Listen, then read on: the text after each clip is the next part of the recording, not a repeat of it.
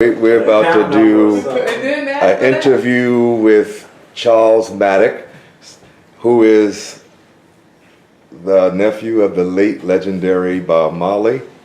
He is an author, a filmmaker, and an activist for diabetes and a disease called CRPS, RBPD, something like that.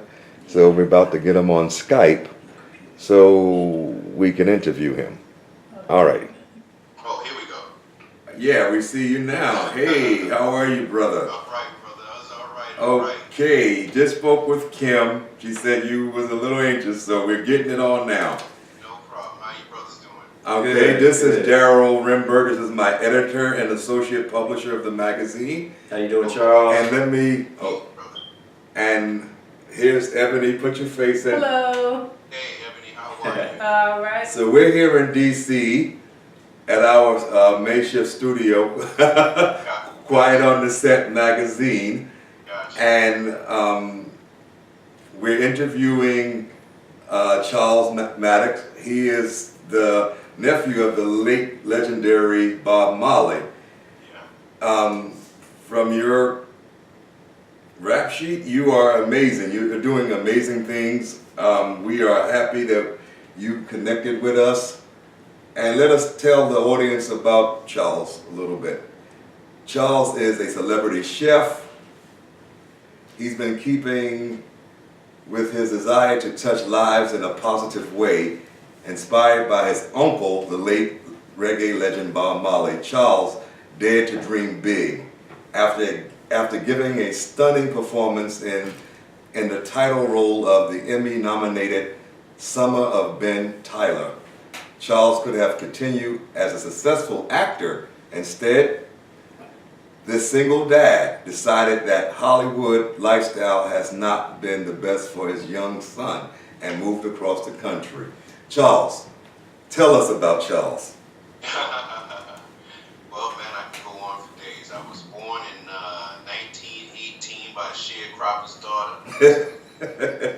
But no, I'm just, I was inspired by my uncle at a young age, and I met him twice before he passed, and I just knew I had something in me that needed to do something great. And back then I didn't know what to do. I was young, and the only thing I could do was rap, right? I didn't know how to start a band, didn't know anything about that, so I just immersed myself in that and became, went out and sought out LL Cool J because he was the hot thing back then, and literally showed up at this man's doorstep, and he took me under his wing, and that really was history. He believed in me, and through that some great connections came, and I think I was just really driven at a young age, and knew what I wanted, and a lot of doors just opened. If you're a charismatic person, if you're a hardworking person, people see dedication, people see endurance, then just doors started opening, and then I wanted to do some Sesame Street. I wanted to kind of follow in Morgan Freeman's footsteps because I had just had my son back then, and I thought, I wanted to have my son see me on Sesame Street as a kid. So that opened up. I had a great manager at the time. Once again, through just pure hustle and dedication. I remember I used to sit out front of Sony in New York, man, just on the little curb right by. Now, are you from New York? Yeah, from New York. What part? Right, Long Island. Okay. I used to go to Manhattan and literally just sit out front of Sony, and that's when everything was really popping. And I would just wait for whoever was coming in the Sony. Sometimes I see Eddie Murphy coming in there. Sometimes I see, other rappers coming in there, and I would just, have my little demo, and I would just hit them up, and so that led to a really great manager, and then from there, I started going on auditions and just started booking roles, and that led into my TV thing, and then film and television, and then eventually moved to Los Angeles, and the rest was kind of history. So it's really about, I knew I wanted to do something. I always had a love for people. I think coming from a spiritual background, where when you put God first, what our mission It's not about ourselves. And so that was always my thing for wanting to help and give back to as well. Okay. Well, first to mention your new project, your film, Tribe by Fire. How did that come about? Well, I've been directing, and I've got a really strong love, passion for film and television making. Obviously, I've got a cooking show that airs in Jamaica and a couple other islands in New York, and I direct and produce that myself. It's called Conversations in the Kitchen. It's a cooking talk show. I've directed other projects too as well. And I've been directing my film on diabetes for the last 3 years, so it was a natural progression. And my mother was diagnosed with a condition called complex regional pain syndrome. It's called CRPS for short, and it's a horrible condition. It's called the suicide disease because it per se won't kill you, but it'll make you wish you were dead. So, she's had this for a couple of years now, almost 8 years, and for about 4 of those years, I really, I didn't understand it. I didn't know what to make of it. I didn't know how serious it was. But complex regional pain syndrome is rated on the McGill scale higher than amputation in childbirth. So if you think about that, this disease, can you imagine feeling like you being amputated on a regular basis at night while you're sleeping, or laying down in the daytime when you're feeling like you're being amputated or you're giving birth to a child? So this disease doesn't have a face per se as far as a spokesperson. Even though Paula Abdul does have the condition, she's not really, championing the cause. So, just losing my father 2 years ago, I kind of said, you know what, I didn't want to lose my mother too as well, so I kind of set out on this mission to save her life and share her story, as well as share the other hundreds of thousands of people around the world who are dealing with this terrible condition each day, who, have no relief, have little hope. There's very little treatment per se.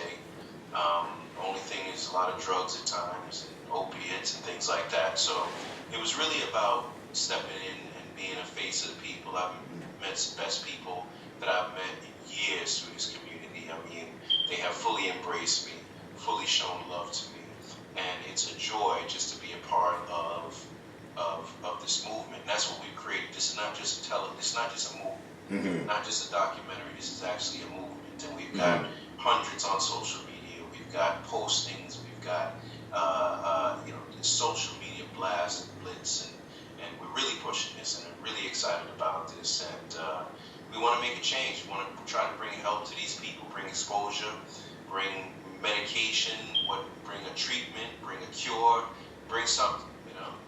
So what was the filming process like when you started the documentary? I mean, how did you organize your thoughts, your visual elements, the narrative behind the film?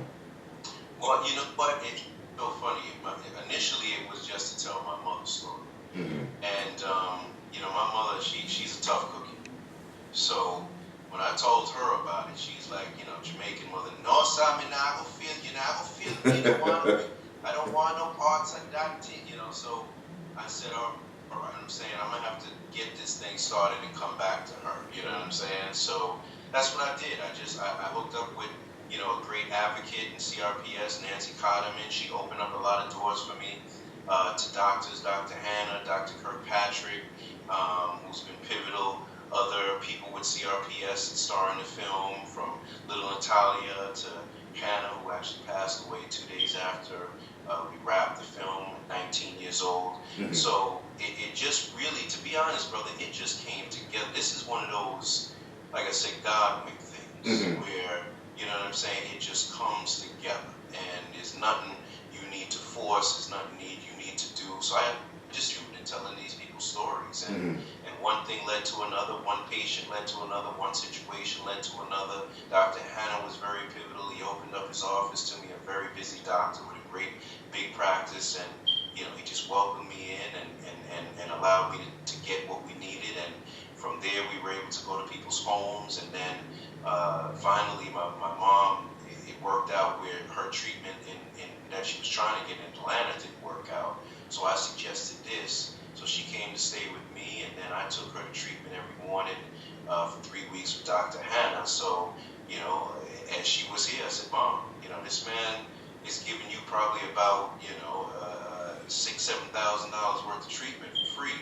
Mm-hmm. And, we got to do something to at least, say thank you. So I think as I started filming and she started seeing the response from the people, because people would come up to her and be like, "Boy, aren't you proud of your son?" Mm-hmm. And she wasn't getting the process, so I don't think she was so-called proud, because she's not that type of mother like that, Mm-hmm. So eventually she let me film her, and she got to the point where she was shushing my kids out the room so she can get her little shine.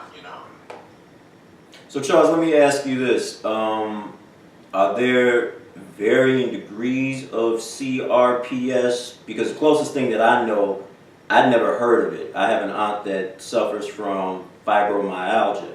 Yeah. And is it anything related to that, or are there varying degrees of CRPS? It's kind of similar to fibromyalgia in a lot of different ways. It's very similar. Of course, the pain of CRPS, surpasses fibromyalgia, but it's very similar in a lot of ways. And yeah, some people, especially initially, it grows. It's a type of thing where, even if I look at my mother's situation, it was probably, pain was probably maybe a 2 or 3. Then eventually it started to get to a 10. This actually can even go internal. So the thing with this is there's a condition called POTS that comes with it. So it literally will affect your internal organs to the point where some, even young, if you look at young Natalia, I think she's 15 years old, and she has to, eat from a tube right now. So Hannah, the young girl, young beautiful queen who passed away, once again, she was 19, and she had to eat from a tube. So it will affect the internals too as well. Some people have it extreme. Some of their limbs are look like one beautiful guy named Jonathan. His legs, both of his legs were like elephant legs. That's how extreme they were, and he had to undergo what they call a ketamine coma, which helped that. So basically, a coma. They had to induce a coma through ketamine. So, since you've been introduced to CRPS and your mother was diagnosed to it, have there been any strides or breakthroughs that you can speak of? No, because honestly, it's been such a short period of time. And you, remember, there's no money in CRPS from a pharmaceutical standpoint. So there's not Merck or Johnson and Johnson or Roche or Lilly. These people, they're not rushing to find a cure because there's no money in it. So if there's no money in it, they're like ketamine is actually an anesthesia.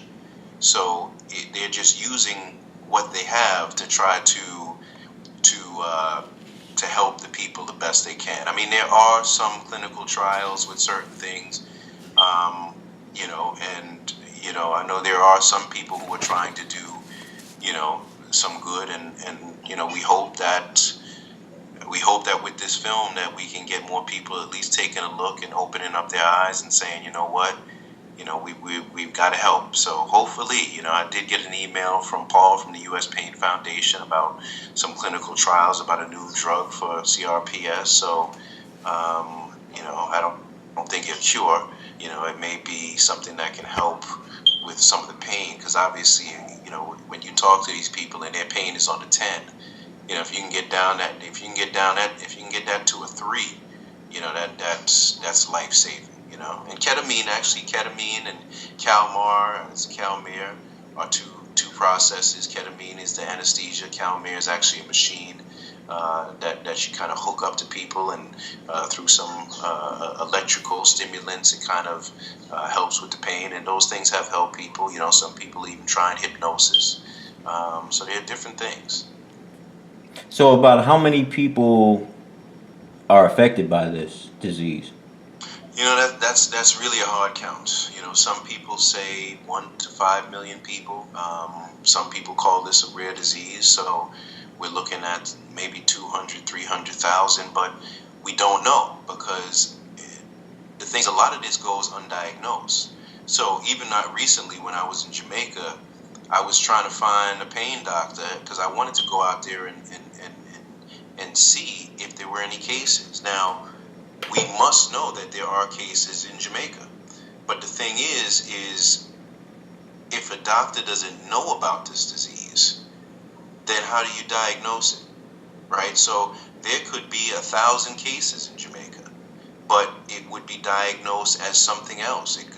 So they're not going to say, wow, that's CRPS, because even out here in America, sometimes it takes almost a year or two just to diagnose CRPS. Some people are going to.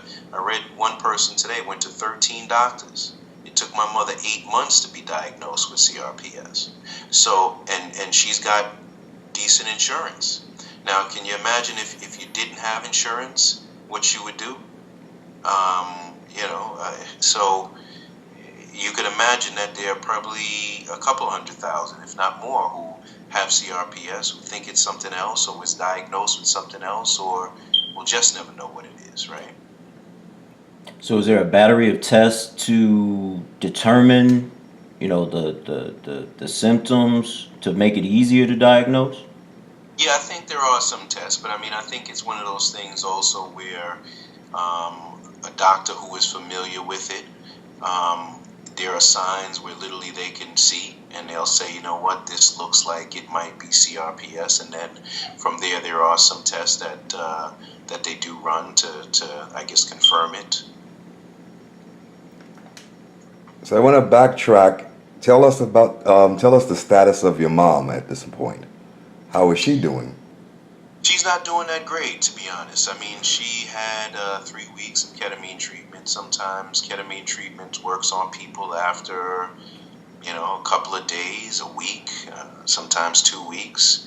And she had very high doses of ketamine, and it just didn't work. So she's back, just trying to live the best life she can right now.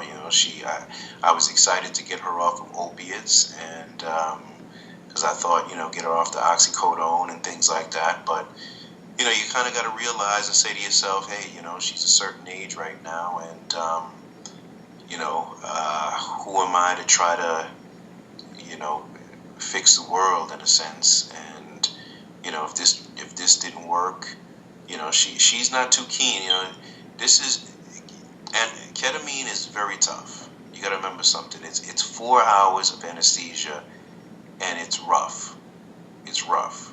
And I literally had to carry her when she got out the car. You got to bring her downstairs. She's out of it, totally out of it. You got to literally carry her up the stairs, carry her into the house. She's almost unconscious. You got to wait until finally she can eat something. They can't walk.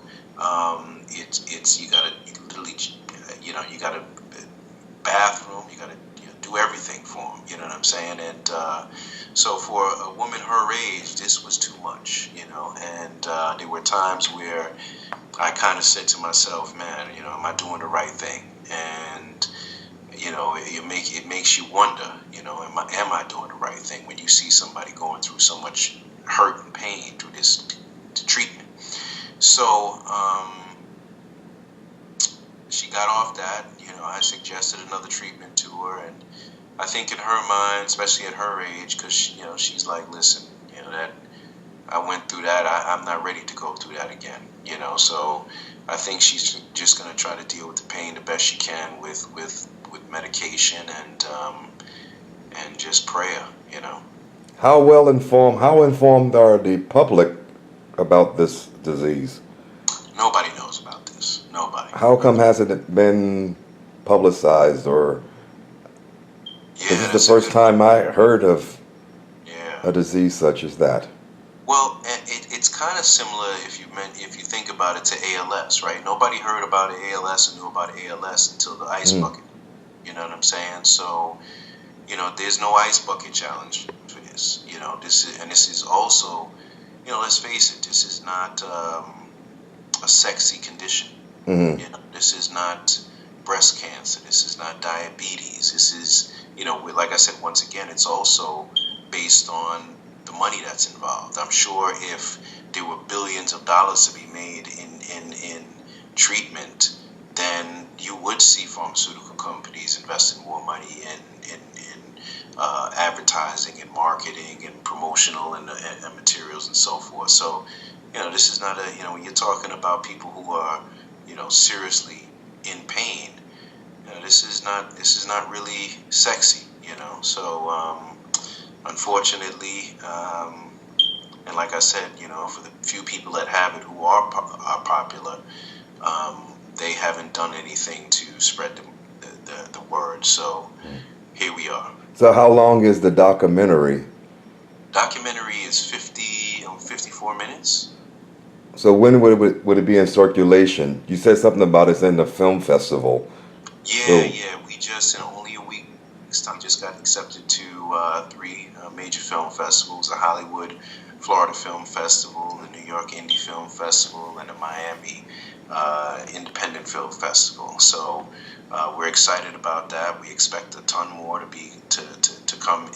come our way, and we hope to win some. And what we want to do is we want to be critically acclaimed. We want some awards that can help spread the word on the condition, and then from there, we're talking to distribution companies. I just spoke to Mark Walper organization today. Mark is his father is David Walper, who produced Roots with Lee Wonka. He got Mark Jackson just doing the new Roots. I think with Forrest Whitaker as well, so he's executive producer of that. So I spoke to him today and sent him over the information. So we're really just trying to find a good distribution partner, and so right now we're just going to do the film circuit, the film festival circuit. All films pretty much go through the same process. Michael Moore's new film went to film festivals.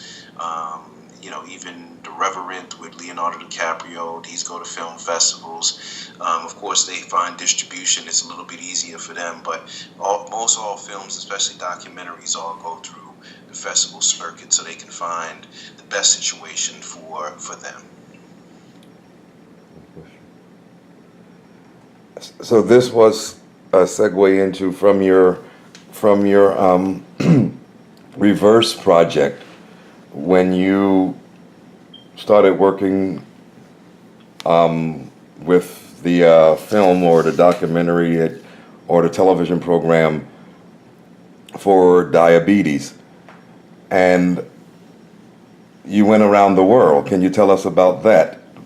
You went around the world Yeah. to. When I was diagnosed with type 2 diabetes, I kind of wanted to tell a story. I had no idea this story was going to become so big, because there's a lot of layers to why somebody has diabetes, especially type 2. And there's a lot of layers to why we have a lot of conditions right now, from cholesterol to hypertension to, so with diabetes, it's not just the person at fault per se. It's the food companies, it's the pharmaceutical companies, it's the doctors, it's the caregivers, it's the patients themselves, or the people with diabetes. So we wanted to explore that. We wanted to understand, why someone does what they do. Because I remember when I started the film, I saw some diabetics, and I said, man, you guys drinking liquor and smoking cigars, and you got diabetes. I didn't understand that, So as I dig deeper, I started to realize that this was a bigger story. And, if you look at the fast food chains, if you look at the processed foods, if you look at the world we're living in right now with the drinks and the diet sodas and the juices and all of this stuff right here, it literally plays into a hand of contributing to type 2 diabetes and other chronic illnesses. So we decided that we would tell the story around the world, because I didn't want just a documentary that was based on America, because, who would care in London about Right. what was going on in America? Who would care about in India what was going on in America? So making it a global issue was more advantageous for the film to be able to draw the attention that it needed, and it really helped, and it's working, because I just got invited to speak in the Kingdom of Bahrain, off of Saudi Arabia. Just got invited to speak in front of a Fortune 500 company in Minneapolis, and I'm a spokesperson with Blue Circle champion with the International Diabetes Federation, and just released a cookbook a year ago with the American Diabetes Association, and I speak around the world. We've been from Australia to India to the islands, filming this documentary, and it's been an amazing ride. There's nobody in my lane. There's no young black brother who's doing anything regarding diabetes and awareness. So it's a very interesting lane to be in, because I have no competition. And that's true. And I think you're going to be well respected for that. We try, brother. You know what I'm saying? Like Bob Marley said, if my life is just for me, I don't want it. Exactly. And your cookbook, Yeah. how well is that doing? They all did good. I got 2 cookbooks and a children's book, and I say I'll never write a cookbook again, because it's the process is very hard. It's very long. You know what I'm saying? By the time you get a cookbook out, man, it's a year and a half, then the fun begins. And I think they're more glamorous as far as the idea about it, but that I'm trying to help the people. So I've created things like RV tours and testing tours, where I bought $100,000 RV and went across the country to educate people about diabetes and things like that. The cookbooks are cool, but let's face it, how many cookbooks are sitting in people's shelves right now and not being used, right? Mm-hmm. So because most people, let's face it, they don't know how to cook, right? A lot of people don't know how to cook, or especially cook healthy. And I think what people need is basic, simple education.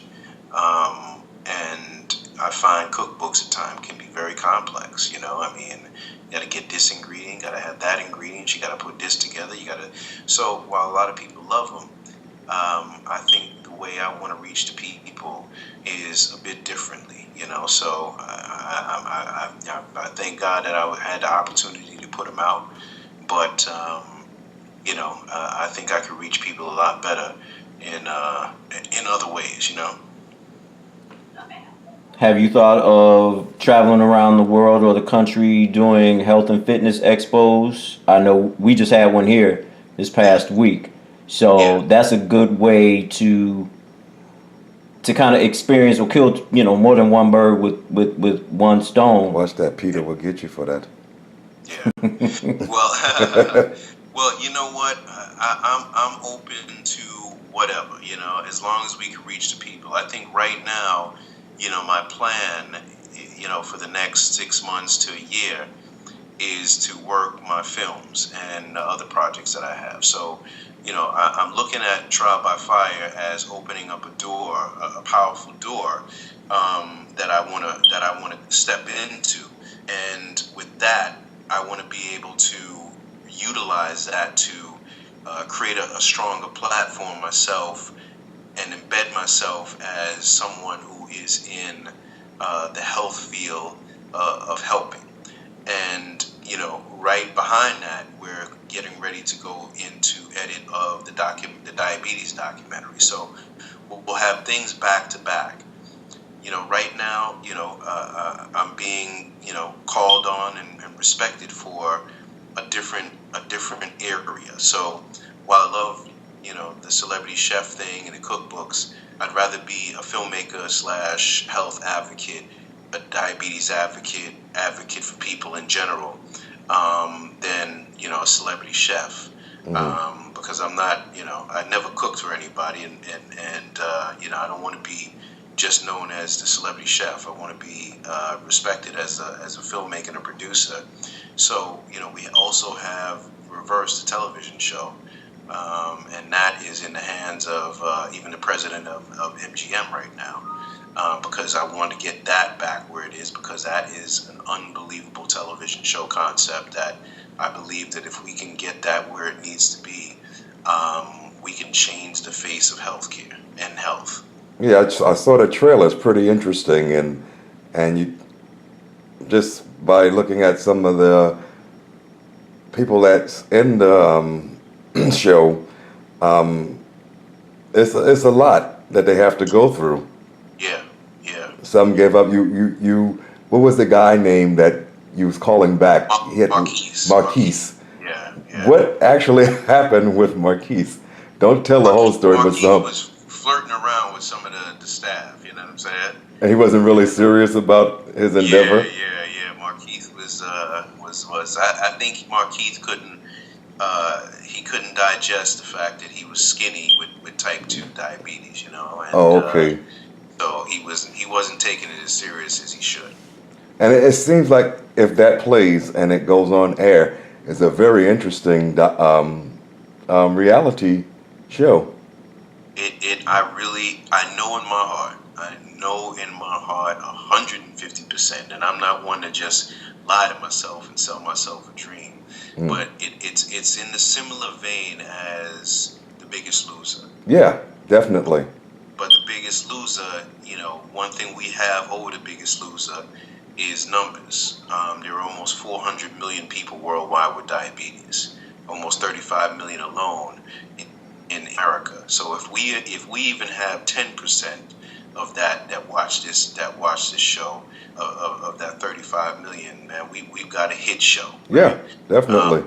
So I know for a fact, and we're not even talking about all the caregivers and the people in healthcare who would want to turn into this, the nutritionists, the dietitians, the gyms, what this could be as far as merchandising and advertising from pharmaceutical companies is literally just, it's a brainchild that really just needs to be out there. And I've had offers for it, but, I'm not interested in making $15,000 an episode as host and executive producer and getting 10% of my own show. I just didn't see that being a beneficial deal for me, Mm-hmm. Now you're a single dad, so how does that play into all the things you have to do with all the projects that you have? And I got two other girls too. I got two little girls. Oh, too. So you have 3 kids? Yeah. My son lives in Los Angeles, and my Okay. girls live in Florida with me. So, no, it's a great thing. You know what I'm saying? I work very hard. They're very understanding. I've got a good support system. It's a blessing. I'm just doing what I got to do, and it comes along very easy, and the grind is just nonstop. But when you work for yourself, it's never that hard, because you put your own hours in, and you're doing what you love. Well, hats off to you. We're waiting to see more from you in regards to all the projects and future projects, and just keep pushing it out there. Letting the public know what's going on is very important. And anything we can do to help get the word out, spread the word about CRPS, we're more than happy to do. We're more than happy to join forces and get the word out. I appreciate it, brother, because one thing is that I think a lot of people get behind a lot of other conditions. Like I said, I think breast cancer, which is a terrible thing, gets a lot of attention. From the football and from NFL and from people like that. And diabetes has all these big spokespeople from Reverend Run to you name it. And there are a lot of conditions like fibromyalgia, PCOS, CRPS, and they don't have the type of notoriety or get the type of celebrity endorsements that a lot of other people get, a lot of the conditions get. So getting on board of something like this that people don't know of, could be very beneficial as far as just standing by a cause that. Because one thing I got to say, man, that the support I have gotten in this, as a diabetes advocate, person with diabetes, the support I got in this outweighs the support I ever got in diabetes by 1,000. Mm-hmm. And I say that because, with type 2 diabetes, it's a lifestyle condition. So that means I'm choosing my lifestyle to have this condition in a sense. And these people don't choose this condition. So the support I get in here, when I tell you, man, it's love like you can't even understand. Love like you can't even understand, because these people are hurting and they didn't choose this. So somebody who fights for them, who doesn't even have this, I mean, the emails I get, the Facebook messages I get, the tears I get, the video messages I get, where people are just embracing and showing love and thanks. If I get 10 emails a year in diabetes, boy, you're lucky. You know what I'm saying? Because once again, they choose this a lot of times, whereas the love here makes it worth it. It makes it worth it. Is there a way that we can promote by putting the trailers on our media sites? Definitely. Anything you could do, I would love, brother. And okay.